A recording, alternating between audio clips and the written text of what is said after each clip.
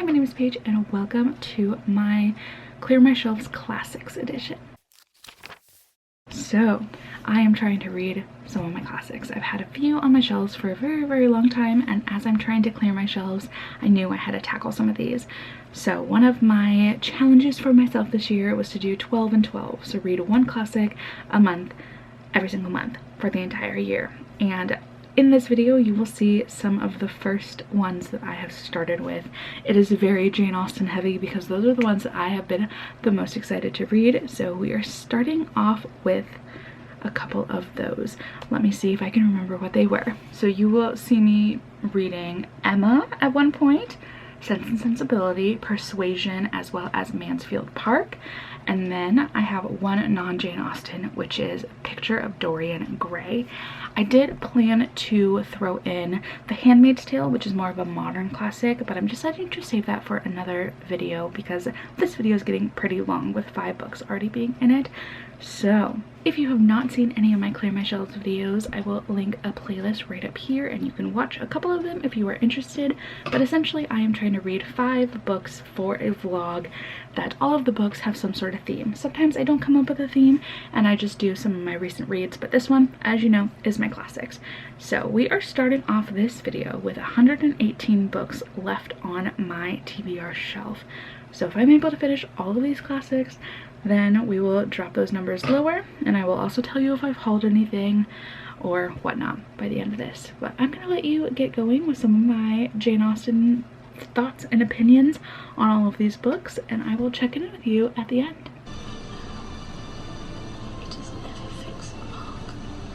So I finished Sense and Sensibility by Jane Austen.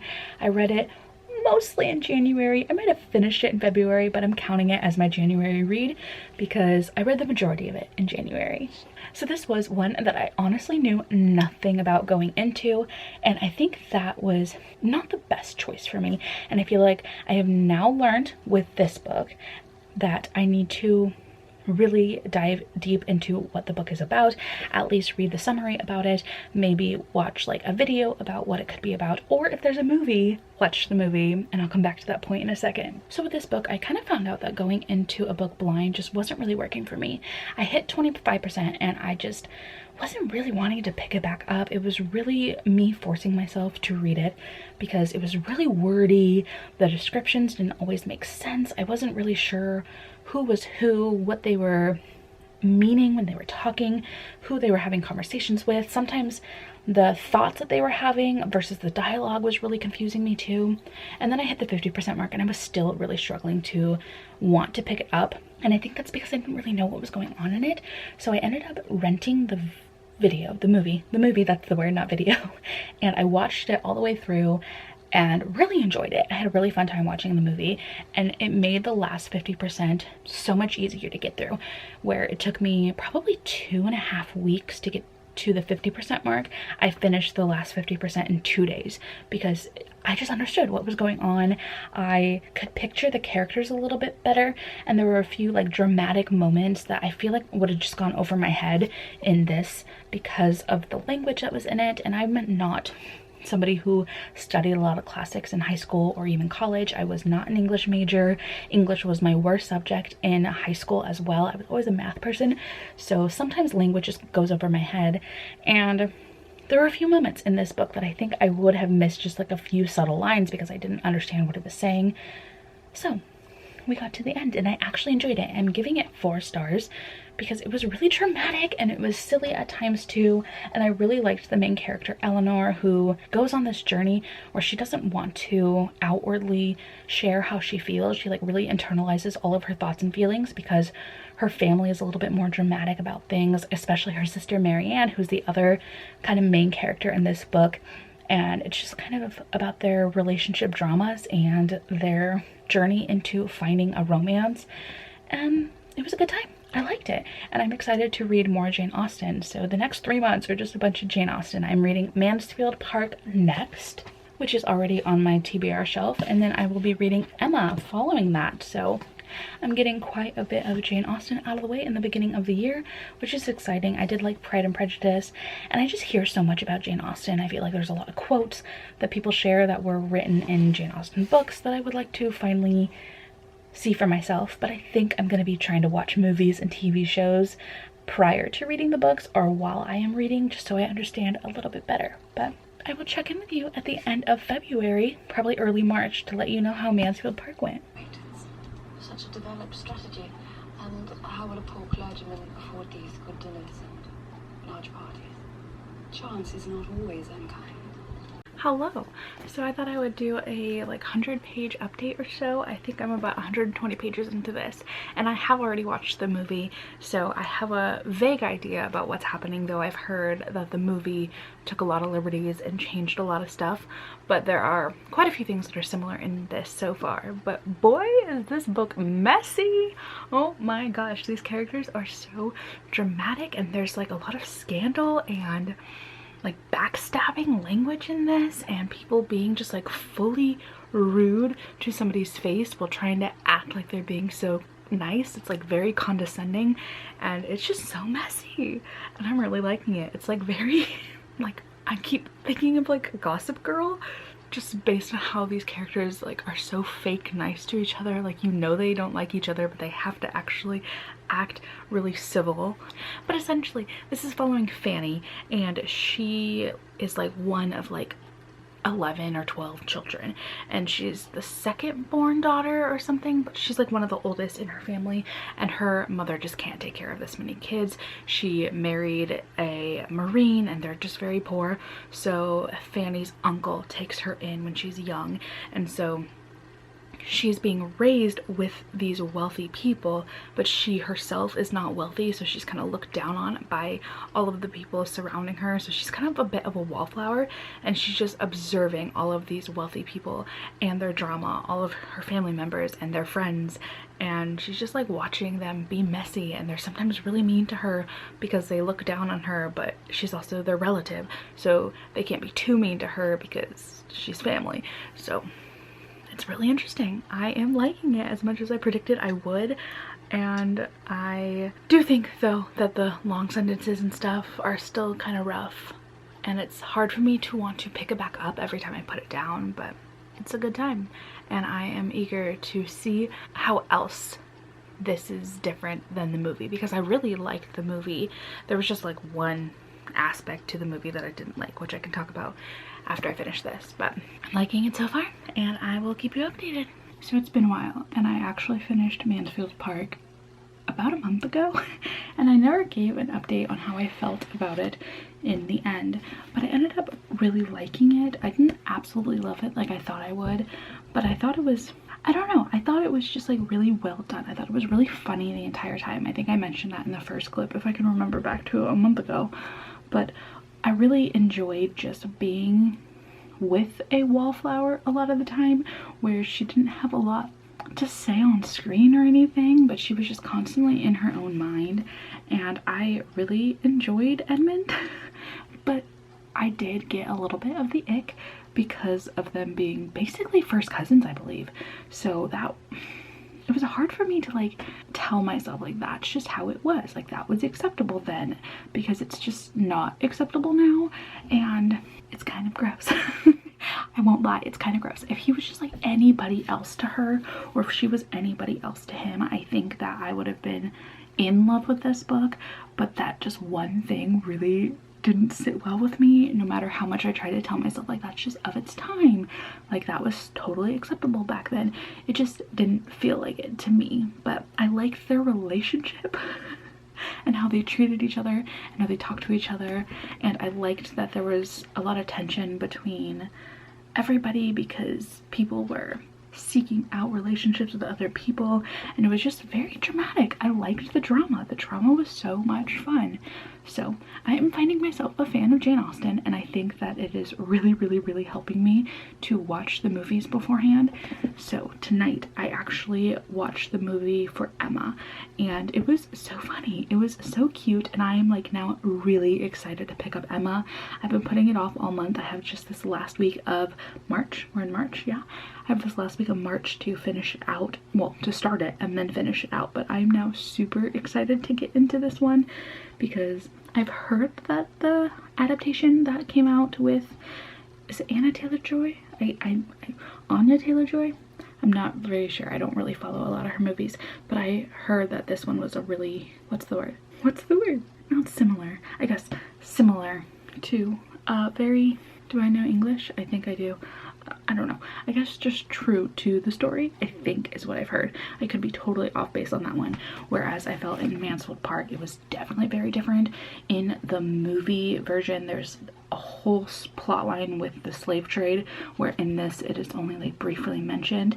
And that was like one of the parts of the movie that I was unsure if I was going to like in the book, because I just didn't know how it was going to be handled because of the time period that it was written in, and I didn't like how it was handled in the movie very much, but it was just like not in this at all. Like I think it's just like one line mentioned and then like that's it. So I'm hoping that Emma is pretty true to the book, because I really enjoyed the movie. It was so much fun. I really like Mr. Knightley, so I'm so excited to see him on Paige, because he was just so sweet in that movie. So I'm excited to get to Emma, and I will check in with you once I've maybe like probably halfway through, hopefully in the next couple of days, because it's a 500-page book and it's dense. So wish me luck. If I loved you less, then I might be able to talk about it more.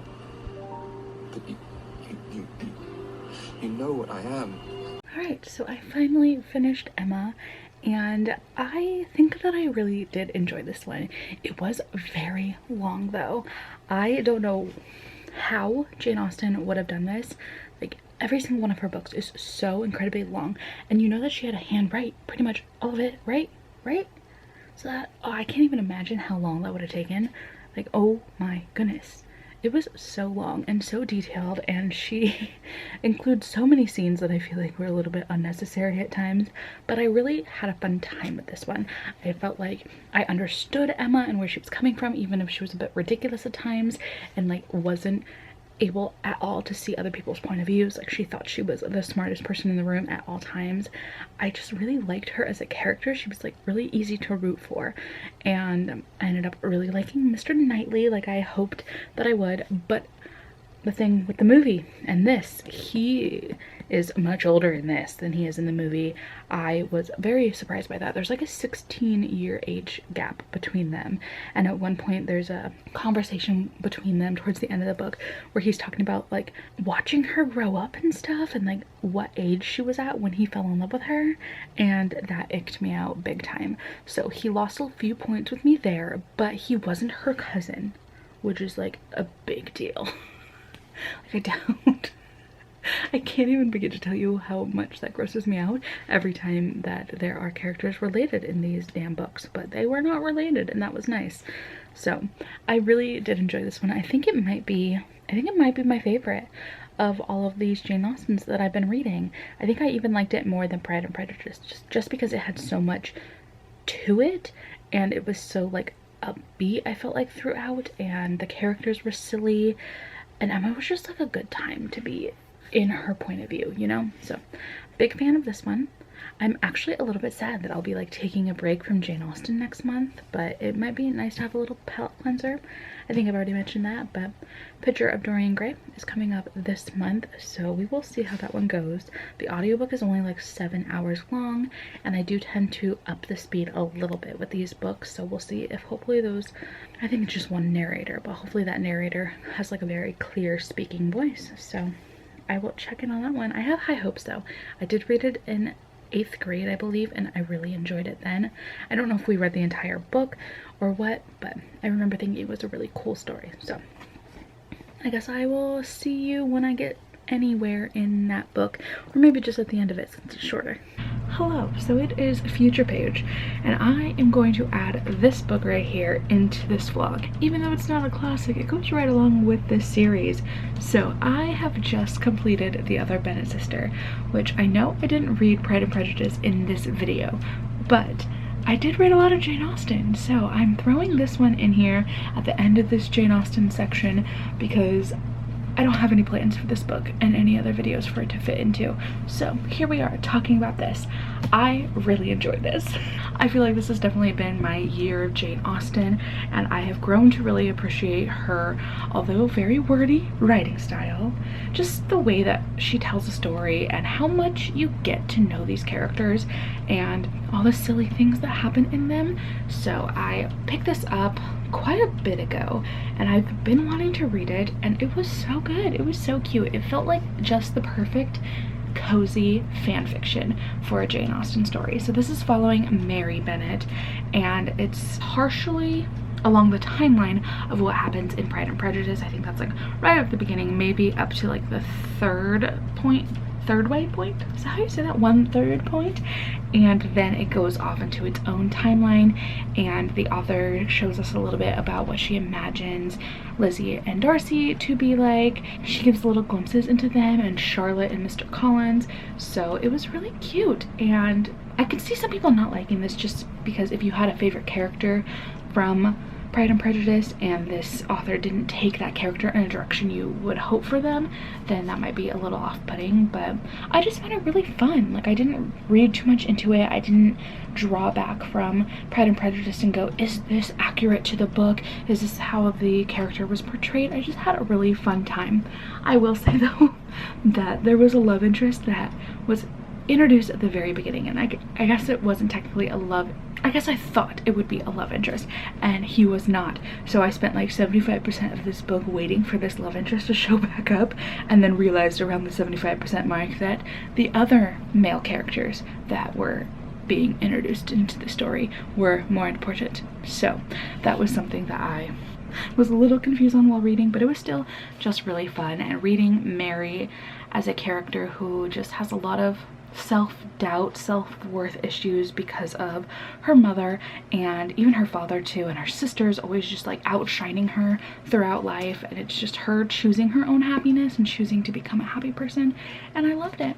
So I had a really fun time reading this one, and I figured I would just include it here. So if you are in a Jane Austen mood and want to read something similar, I would recommend this. It's very long. It did take me about 3 days to finish this one, and it does the same, like very meandering and slow, lots of talks about balls and dinner parties and social events that don't really push the plot forward, but it also has fun things with love interests and some rich people drama, you know, that's in all Jane Austen stories. So I recommend it. It was a good time. And yeah, let's jump into the non-Jane Austen part of this vlog then.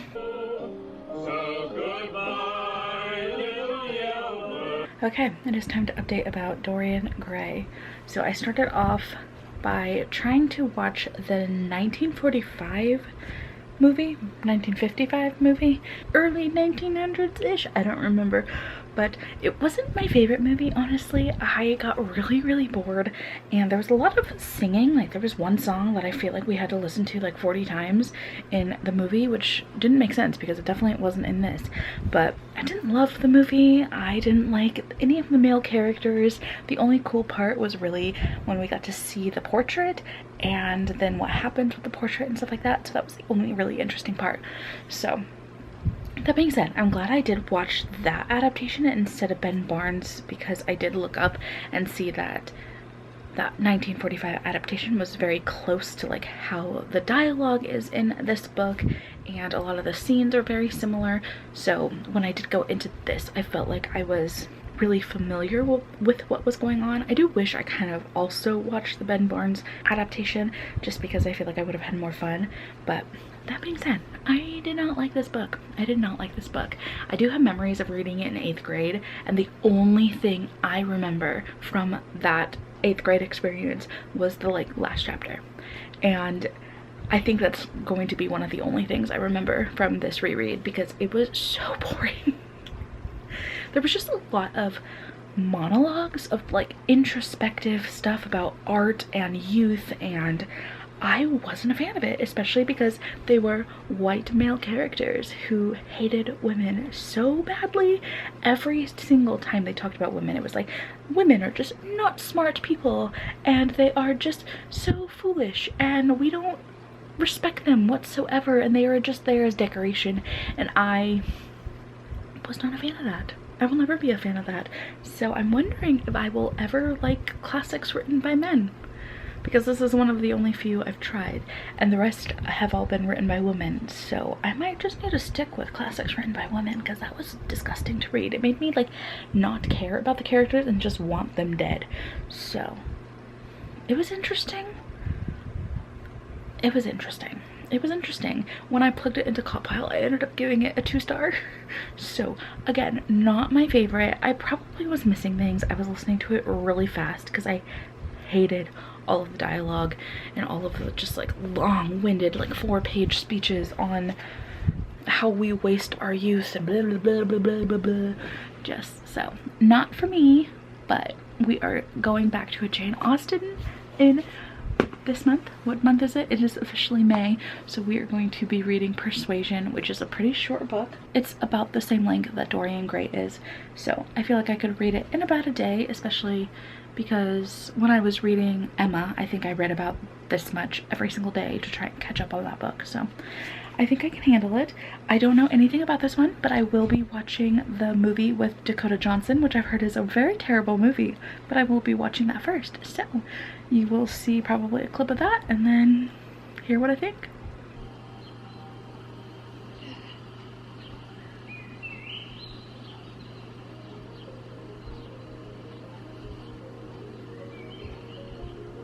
All right, we have read Persuasion, and I will say I liked the new adaptation of it.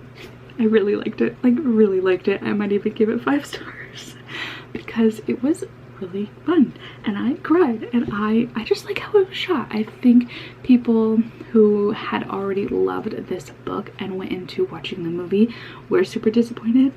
My issue was I really loved the movie, and so going into this and it not matching up quite as much was a bit of a struggle. That being said, I did enjoy this one. I found similar plot points that happened in the movie to this, so it helped me follow along just a little bit. But I do think that there were some times where Jane Austen got a little wordy, like she tends to do. Her paragraphs went a little long and I wasn't paying attention as much as I could have, but the length of it was perfect. Perfect. The pacing of the story was so good. She did such a good job with this one. I didn't feel like I was sitting there listening to every single detail of a single ball being thrown, or the way that somebody decided to hang curtains up in their house. Like, I felt like we just had a solid plot, maybe a few lengthy conversations and monologues that didn't need to be there, but the pacing was just so much better than the other books that I've read. So I do think that this is one that I will definitely go back and reread eventually. Not anytime this year, probably not in the next few years, but eventually I think I'll go back and reread this one and really try and take in all of it, because I did read it a little bit fast because I wasn't loving it as much as I loved the movie, but I did still enjoy it. So there's that. Also, what I really loved about this one is that our love interests are not cousins. Yeah, they're not related at all. Imagine that. It's amazing. Made me so happy, which made this like almost the top of my list of Jane Austens that I love, because they're not related. They're not in the same family tree. At least I don't think so. I'm like, I'll say 75% certain, because, you know, I could have missed a paragraph or two that might have shown how they were connected, but I don't think they are. So that rates this so much higher because of that one single detail. But I did still really like it. I think after all of the Jane Austens that I have read, my favorite, dare I say, Sense and Sensibility? I don't know. Like, Pride and Prejudice is definitely like a classic. It's so beloved for a reason, and I was like shocked by a few things that happened in it, but I really enjoyed Sense and Sensibility. Maybe I'm just thinking back on the movie of that one too, but there was a lot of scandal and drama in that one. I don't know. Tentatively, I will say Sense and Sensibility, and maybe at the end of this video, if I remember to go back and talk about all of the books, I will tell you what my favorite one is definitively. Okay, we did it. We have read 5 classics. I'm so happy that I was able to complete them. I will say I remember nothing of Dorian Gray. Nothing. Not a thing about that book, but I do remember the movie, and not my favorite. It's still not my favorite, but I had so much fun with all of the Jane Austens. I am going to try and read the last 1 or 2 books that she has written that I don't own, sometime in the nearish future, probably next year or something. I need to get my hands on those ones, but I'm excited to have read all of her books by someday, just because they're fun, they're cutesy, they're dramatic, they're really good movie and TV adaptations too. So I had probably more fun watching all of the movies than I did reading all of the books, just because they took so long and sometimes the language was a little bit confusing, but I just love the entire experience. So with all of those books being taken off my shelf, I would hold them, but they are currently stacked on my bookshelf way up here underneath like a bunch of other books, and I'm not about to go and pull them down because it was a hassle getting them up there. But with all of these 6 books read, right? Yes, 6 books read, that brought my physical TBR down to 112 books. But it is my birthday month, and I have an amazing, beautiful, wonderful friend, Randy Lynn, who has sent me 2 books. She sent me The Long Way to a Small Angry Planet by Becky Chambers and Ocean's Echo by Everina Maxwell. And so that added 2 more books to my physical TBR, which is totally okay, because it was just so kind of her to send me anything at all, let alone 2 books. But my mom accidentally ordered a couple of books to my house. 2 of them I wasn't interested in, so I already gave them back to her. But one of her books that she ordered was Love Theoretically by Ali Hazelwood. So I decided to just take that and add it to my bookshelves, because she reads slow. She has other books she has to read before she reads this one. So I am adding it to my TBR shelf, which puts me back to 115 books. So we dropped it down to 112, but we had to go back up, but for a good reason, because it's my birthday month. And it's like my mom knew that she had to just order her books to the wrong address, you know?